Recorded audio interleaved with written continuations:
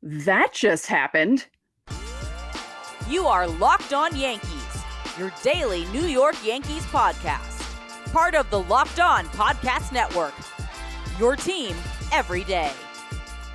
Welcome to Locked On Yankees, which is part of the Locked On Podcast Network, your team every day. Thank you for making us your first listen every day. I'm Stacey Gotsoulias. With me, as always, is my producer, Steve Granado. Steve,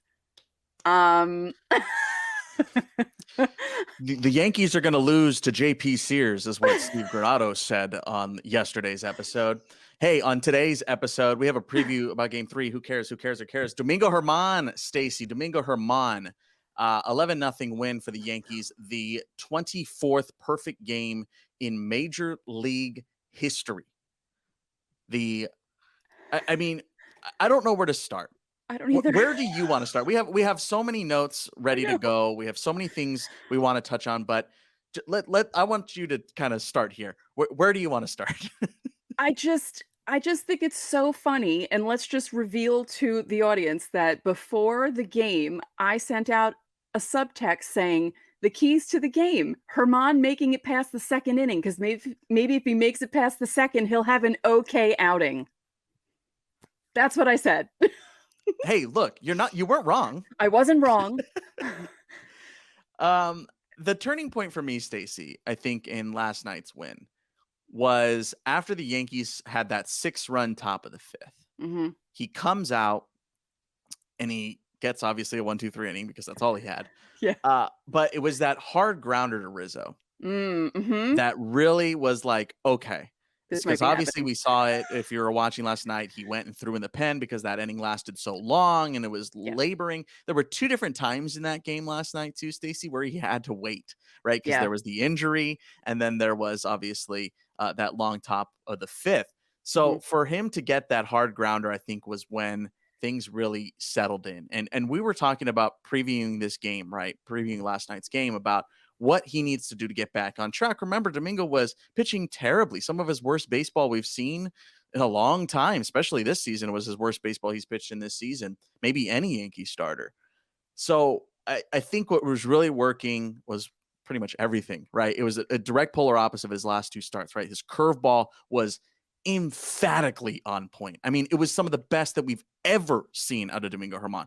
His changeup looked good. His sinker was looking good. The fastball was dotted. Like there was nothing that wasn't working. And that's such, I mean, a literal difference. Yeah. The exact opposite of what we've seen in his last 2 starts, because everything wasn't working in his last 2 starts. Yeah, like he wasn't having, like nothing was working in those last 2 starts. A combined 4 1/3 innings and 17 runs in those 4. I mean, just, and then he goes to this. And it wasn't a perfecto where he was getting tons of contact. He had 9 strikeouts. So it was amazing. It really was. He got to 3-2. How many times did he get to 3-2? A couple times? He had 2 3-ball counts. Yeah. So and that's, I did want to talk about that, Stacey. So I mentioned the curveball was some of the best we've ever seen out of him. And this should tell you everything, right? We really like to talk about pitching here on Locked On Yankees, right? For all our new viewers, I know there's a bunch of new people here today. Hello. We do this every day. Yeah. So when we talk about pitching a lot, is we talk about, how guys feel that day, what's working that day. And this is how you know things are working. There was that bottom of the 8th with 2 outs against Jonah Bride. Right. He misses the first 2 pitches and he shook off Higgy a couple of times. Mm-hmm. And what did he throw? 2-0 curveball for a strike. Then he missed to go 3-1. He shook again. He threw a curve 3-2. Then he had a foul ball on a 3-2 curve. And then he went back to the curve again. That's all you need to know about how Domingo Germán was feeling about his stuff last night. Because it was everything right there. When he needed to throw a strike, he went to it. What is that? 1, 2, 3, 4 times, 4 different times. He went to the exact same pitch in that at bat. That tells you everything about how his curveball was working last night. I'm still sitting here in shock. I can't believe that this actually happened, because that's, it's crazy. We mentioned the previous 2 outings, 5 1/3, 17 runs, 15 of which earned. He's gave it 5 bombs. He hit a pair of batters. He gave it 15 hits. I mean, You'd have to look. We have a lot of more information to throw at you, but I can't imagine there's two worse outings prior to a perfect game in Major League history. Yeah, Right? I'm trying to remember, how from the ones I've watched, Cone and Wells, and I'm trying to remember what their outings were before that. I mean, I know Wells was hungover when he pitched his perfect game, so it's just, yeah, it is interesting. And then it's also interesting to see how the outing after the perfecto goes, because Yes. some guys will pitch a no-hitter and then they'll take another no-hitter, like 5, 6, 7 innings, and you're thinking, oh my god, are they going to go back to back? And then it doesn't usually happen. Yeah. But yeah, Did want to give Higgy a little love here. He stole a couple strikes early on and kind of helped establish that strike zone. I thought he did a very good job last night as well. As I mentioned, we have a bunch of info. Let's just dump it on you. I just got a bunch of stuff. So this was the 13th no-no in Yankees history. The previous 12, of course, a couple of perfect games in there. The last no-hitter, Stacey, Corey Kluber on the road at Texas, May 19th, 2021. Weirdly enough, that Corey Kluber no-hitter was the first road no-hitter in Yankees history in 70 years. Prior to that was 1951, Allie Reynolds at Cleveland. And of course, now, weirdly enough, back-to-back road no-hitters, let alone a perfect game. So this is the first road Yankees perfect game in franchise history. David Cone, the most recent perfect game in Yankees history, that was against the Expos, July 18th, 1999. David Wells against the Twins, May 17th, 1998. And of course, Don Larson against the Brooklyn Dodgers in the World Series on October 8th, 1956. It's the first perfect game since King Felix did so against the Tampa Bay Rays 11 years ago, back in 2012. And the 11-0 win, Stacey, is the largest win in a perfect game in MLB history. Just, I'm still sitting here like, I can't believe it. By the way, I had tickets to Cone's perfect game, hurt my leg, and didn't go. But my brother was there, so he got to see the perfect game in person.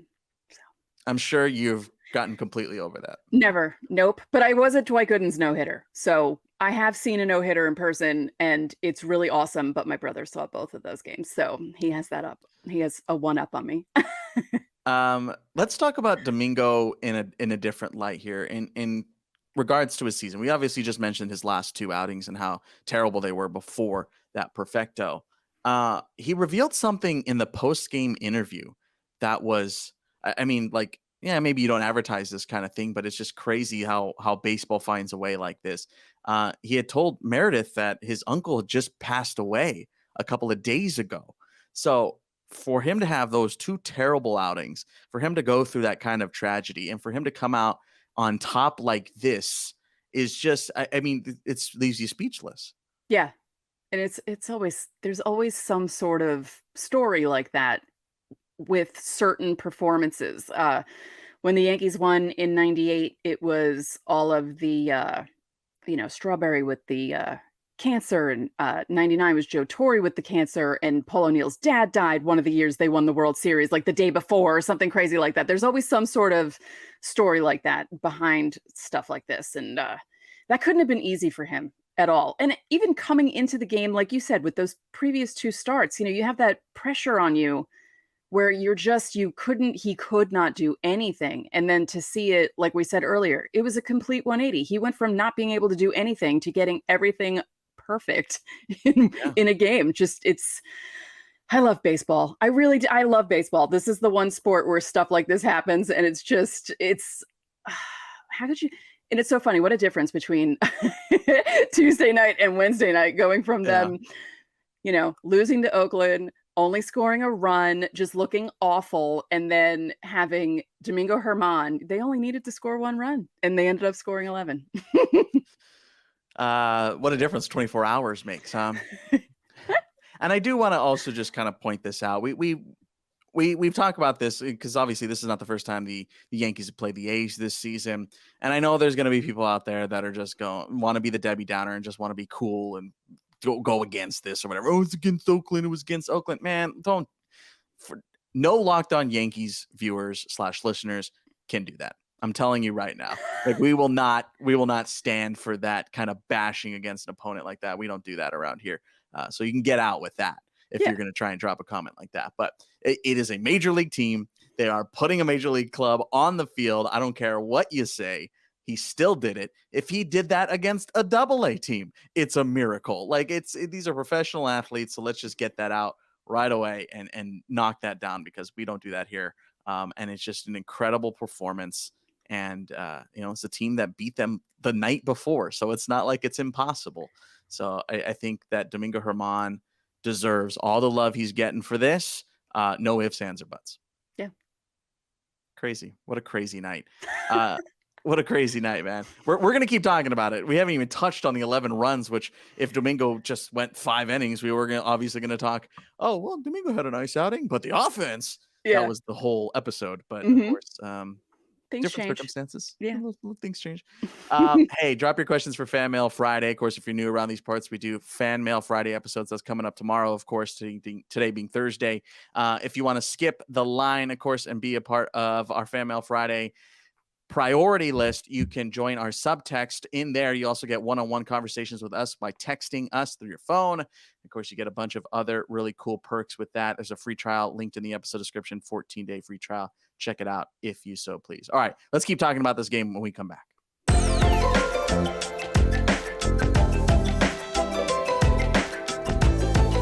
Buying tickets to your favorite events shouldn't be stressful. Game Time is the fast and easy way to buy tickets for all the sports, music, comedy, and theater near you. Steve's been using it this season, and he loves it, so if it's good enough for him, it's good enough for you. They have killer deals on last-minute tickets and their best price guarantee, and you can stop stressing over the tickets and start getting hyped for the fun you'll have. Game Time also has flash deals and last-minute tickets. It's easy to find and buy tickets for every kind of event in your area, and they even give you images of your seat views so you will know exactly what you're seeing. With their lowest price guarantee and even event cancellation protection, Game Time is the best place to buy tickets in a matter of seconds. 2 taps and you're set.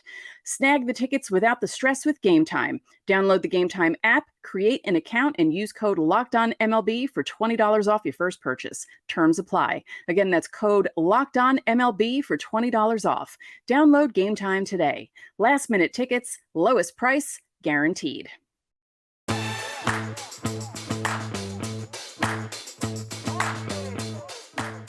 Back now on Locked On Perfect Game. Okay, to the everydayers out there, coming up tomorrow, of course, you guys already know, it is Fan Mail Friday. This is your last chance to get your questions in. All you have to do is reply to the pinned comment down below here on YouTube. Of course, if you're on the audio side, you got to jump on over to YouTube, or of course, join our subtext. All the info is in the episode description for that. You can catch the final game in Oakland tonight. Of course, that is on, or I should say today, on SiriusXM, another day game to wrap up that series before the boys head to St. Louis. Stacey, let's talk about the offense. Of course, an 11-run downpour. Can we talk about Giancarlo Stanton for a hot second? Yes. I'll say this one again. What a difference 24 hours can make. I really liked him going down and be able to get that fastball for that homer. Yeah. And, it was a Giancarlo Stanton bomb, 420 something feet. And he needed that. But I also feel like he needed that RBI single that he hit later in the game at 115 miles an hour. And that made me feel better about it, because once you get a couple of hits in a game instead of just one hit and you're contributing to the offense scoring and stuff, I feel like this might start him in a good direction. So yeah, you had sent out to our subtexters before the game started a couple minutes. You sent the things to look out for, and you said Stanton batting cleanup but playing right field instead of DHing. Watch to see how many off-speed pitches he sees, and of course he was able to jump on that fastball. So I really liked him doing that there. It wasn't a perfect game for him. It was a perfect game. It was a perfect game for him. There was a couple of pitches he did seem to be a little bit outmatched on, but overall, you really like seeing him with that hard contact. If I'm being nitpicky, I mean, the contact on his 2-run single, it did look a little stiff, but hey, yeah. he got it done, man. And you love to see that. Speaking of things you love to see, a Higgy with an RBI knock on a pretty similar pitch. Until that 5th inning, JP Sears looked really good, right? He really did. Yeah. I was like, oh, here we go. Yeah. I was right for a few innings. Yes, you were. You were. And he pitched great for those first few innings, and then they just, got away on him. Yep. Volpe laid down a bunt there in that 5th inning. How did you feel about that? I didn't mind it. Because I like what he's doing lately. Like, I mean, he was a big part of the game tonight. And, people are so down on him and looking at his overall numbers. But since he had that chicken parm with Austin Wells, and since he had that discussion with Austin Wells, he's been doing really well. And, if he keeps going this way for the rest of the season, people are going to forget the first 2 months of Anthony Volpe. They're not going to care. It's great. Sure. Yeah. DJ LeMahieu with a single to left to bring in some runs. He got a changeup that wasn't too dissimilar than the 2 fastballs that Higgy and Stanton got for their knocks. That just kind of spelled the end of the night there for JP once Rizzo hit that grounder to first, and they just couldn't handle it. It wasn't happening for JP. Yeah. And wasn't as bad as it wasn't as bad as the previous outing, was it? I don't know what his final line ended up being, but it wasn't too dissimilar. Yeah, it was close to that. Yeah. So it seems like he might have a Yankee problem. Yeah, it might be I don't know. I don't know if it's the whole, they traded me, I want to try and do well, and then it just kind of falls apart at some point, but he's going to be a good pitcher. Like, he just has to get some of this, because as you said, after the Yankees kind of roughed him up on May 8th, he was doing a lot better, and maybe it's just a Yankee thing. Maybe it is. Yeah. And then IKF with an RBI knock too. I mean, everybody got in on the party. Yeah, playing left field. I was disappointed he didn't play catcher, because I'm convinced he's going to catch at some point this season and be in every. And then they'll put him at first, and then he will have been in every single position, including pitcher. Yeah, that's true. Speaking of playing a position, Stanton in right. Can we go back to that for a split second? I did look at the numbers, because obviously a lot of people have been saying play him in right, and the numbers are better. The numbers are better. I think there is a caveat when you look at the splits as DH versus right fielder for Stanton. Mm-hmm. Got to remember where he started his career. Right. And the era of which there was no DH. Mm-hmm. And that was statistically some of his best years of his career. So I think they are slightly skewed, but even if you just look at last season's numbers in the smaller sample size that he had, of course, with all the injuries, but he was much better in right field. Yeah. I mean, it could be that whole thing we were talking about the other day, where it's better for a guy to be involved in the game the whole time and not sit and watch his teammates out in the field. I mean, not that they just sit there and do nothing, but there is something to be said for being warmed up and being into the game, because you're constantly moving around. Yeah, I agree. It also could just be one of those things where just like, I don't know, like it just be one of those things for some guys where just, I don't know, man, I just hit sinkers. I really don't know why.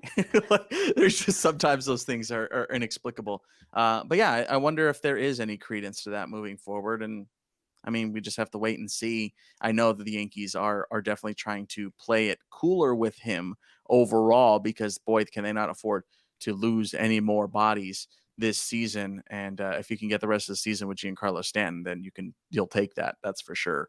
Now I have one note we must discuss. Okay. Josh Donaldson at one point in this game was 0 for 15 with runners in scoring position. He was 0 for 3 with 3 Ks. And then he got that hit very late in the game. It was his first hit of the season with runners in scoring position. So it was and hey, Stanton didn't have to do anything in right field. Yeah. Really. I mean, So hey, if they can all pitch perfectos when Stanton's playing the field, that'd be great. That'd be wonderful. Hey, also, that was Donaldson's third not home run. Yes. As we remember from yesterday. Yeah, unbelievable. And he got the sac fly too. So yeah, he contributed. And there was that one play. My friend made a joke in our private Slack that he was convinced Donaldson was going to be the one to ruin the perfect game. And there was that one play at the end of the 7th or 8th where Rizzo kind of had to cross over first to catch it. And my friend was like, so close. I'm like, stop trying to wish that on him. Yeah. Also, Josh Donaldson making the last play of a perfect game. Yep. Put it in your bingo card. Mm-hmm. Hey, of course, as we mentioned, tomorrow's Fan Mail Friday, so get your questions in for that. You can join our subtext to skip the line and be a big member of this community, help support this show. which we love doing for you guys, especially on nights like this. You get one-on-one text conversations with Stacy and myself. You get in-game info. You get perfect game alerts now, by the way. I sent a text out after the 8th. I was like, hey, wake up, guys. We're get in, loser. We're going shopping. Yeah. So yeah, join our subtext. Again, there's a 14-day free trial. If you like it, great. If you don't, it's all good, man. Just check it out in the episode description. There's plenty of info in there. One quick break, Stace. Then, of course, we got to get you set up for the finale in Oakland.